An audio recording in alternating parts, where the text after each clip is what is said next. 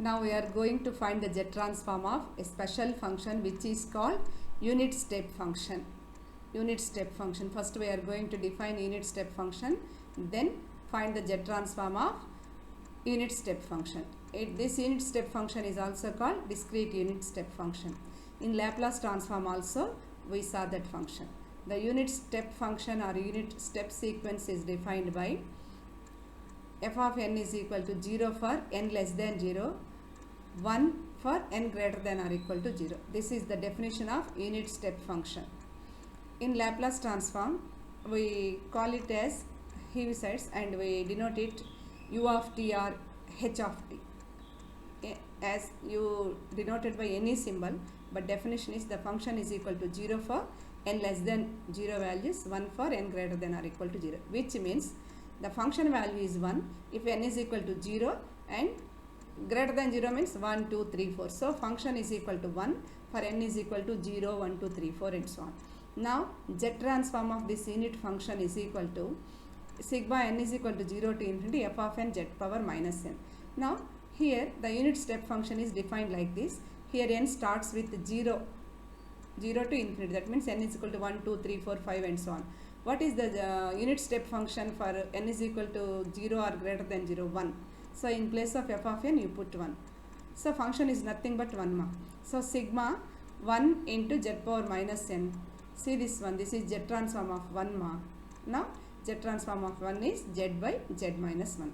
Now suppose the question is asked like this, find the z transform of unit step function. Start the solution with like this. First you write the definition of unit step function. Then find the Z transform by using definition, that is Z by Z minus 1. Now we see some properties of Z transforms. Linear property. In linear property Laplace lo kuda kanukunnamma.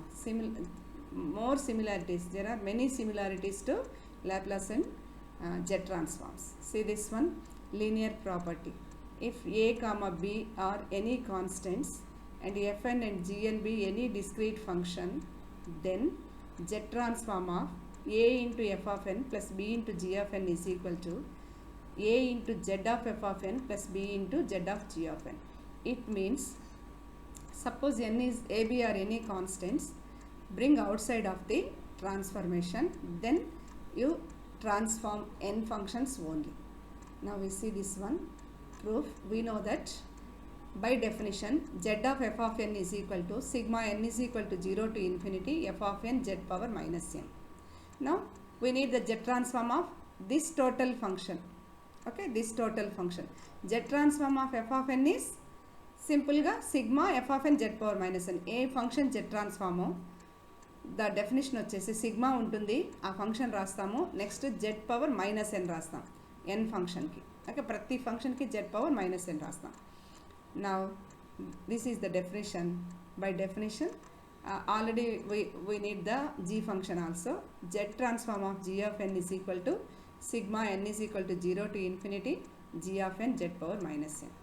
Now we take this function z transform of total function ఇక్కడ పెట్టామంటే that is equal to sigma z power minus n కాకుండా ఏ function z transform అది ఈ సిగ్మాకి z power minus n కి మధ్యలో ఉండాలి, అది definition.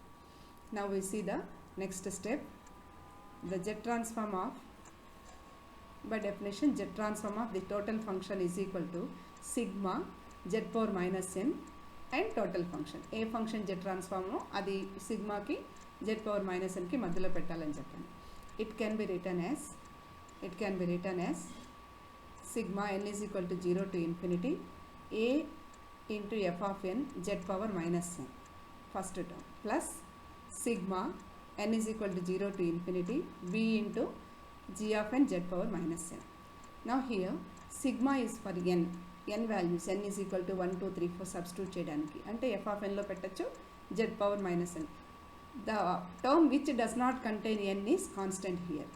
a లో n లేదు కదా, దాన్ని బయట పెట్టేసేయండి. sigma only for n terms. So this can be written as a into sigma n is equal to 0 to infinity f of n z power minus n. Similarly for the second function, plus b bring outside of the sigma. In sigma we have n, so b sigma g of n z power minus n. Already we note that this sigma f of n z power minus n is z transform of f of n.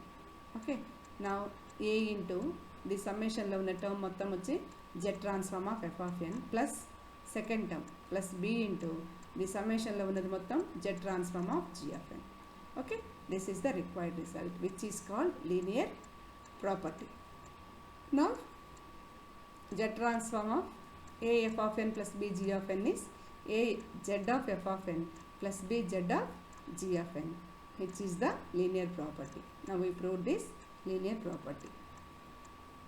It means if any constants in this we are going to find, suppose we are going to find the transform of two functions with some constants, bring that constant outside and find the transform separately for that functions. Okay, two functions ఉన్నాయి అనుకోండి, సెపరేట్గా వాటికి z transforms కనుక్కోవాలి, plus ఉన్న minus ఉన్న, that is it means. Now we see the next property, second one, change of scale property. This is also called as damping rule. Okay, see the statement, if z transform of f of n is equal to f of z, then z transform of a power minus n f of n is f of az. Observe ma, z transform of only function of n అయితే that is equal to function of z. మీరు observe చేయండి, n terms తీసుకుంటే z of 1 by n is equal to మనకి z by z minus 1 whole square ఇస్తుంది, అంటే answer జెడ్లలో ఉంటుంది కాబట్టి ఫంక్షన్ ఆఫ్ జెడ్ అంటున్నాం RHS. Then z of f of n కాకుండా into a power minus n ఉంటే ఇది f of az అవుతుందట. Okay, now we see here, we know that by definition z of f of n is equal to sigma f of n z power minus n. What is given? Z of f of n కి ఒక పేరు పెట్టారు, that is f of z అని. Okay, f of z రాయాలి, capital f of z రాయాలి అంటే that is sigma f of n, z రాశారు అంటే ఈ పవర్కి పవర్ మైనస్ n ఉంటుంది అని అర్థం. Now you let, this is the required one మా. In place of f of n, put a power minus n f of n. That means z transform of this function is equal to, by definition, sigma z power minus n this function, a power minus n f of n. It can be written as f of n, this f of n, a power minus n into f of n into z power minus n. f of n into, this is a power minus n into z power minus n, means az power minus n, powers equal ఉన్నాయి కాబట్టి బేస్లో into రాసేసాం. Now it can be written as, you observe this one మా, this is f of z. When we write capital f of z, capital F of z means summation f of n z power minus n. Now you observe here, summation f of n, in place of z we have az power minus n. Now it can be written as f of az. Okay, now you see this result, z of a power minus n f of n is equal to f of az, which is damping rule. Okay, which is damping rule. So this one, z transform of a power minus n f of n is equal to f of az. This is called damping rule.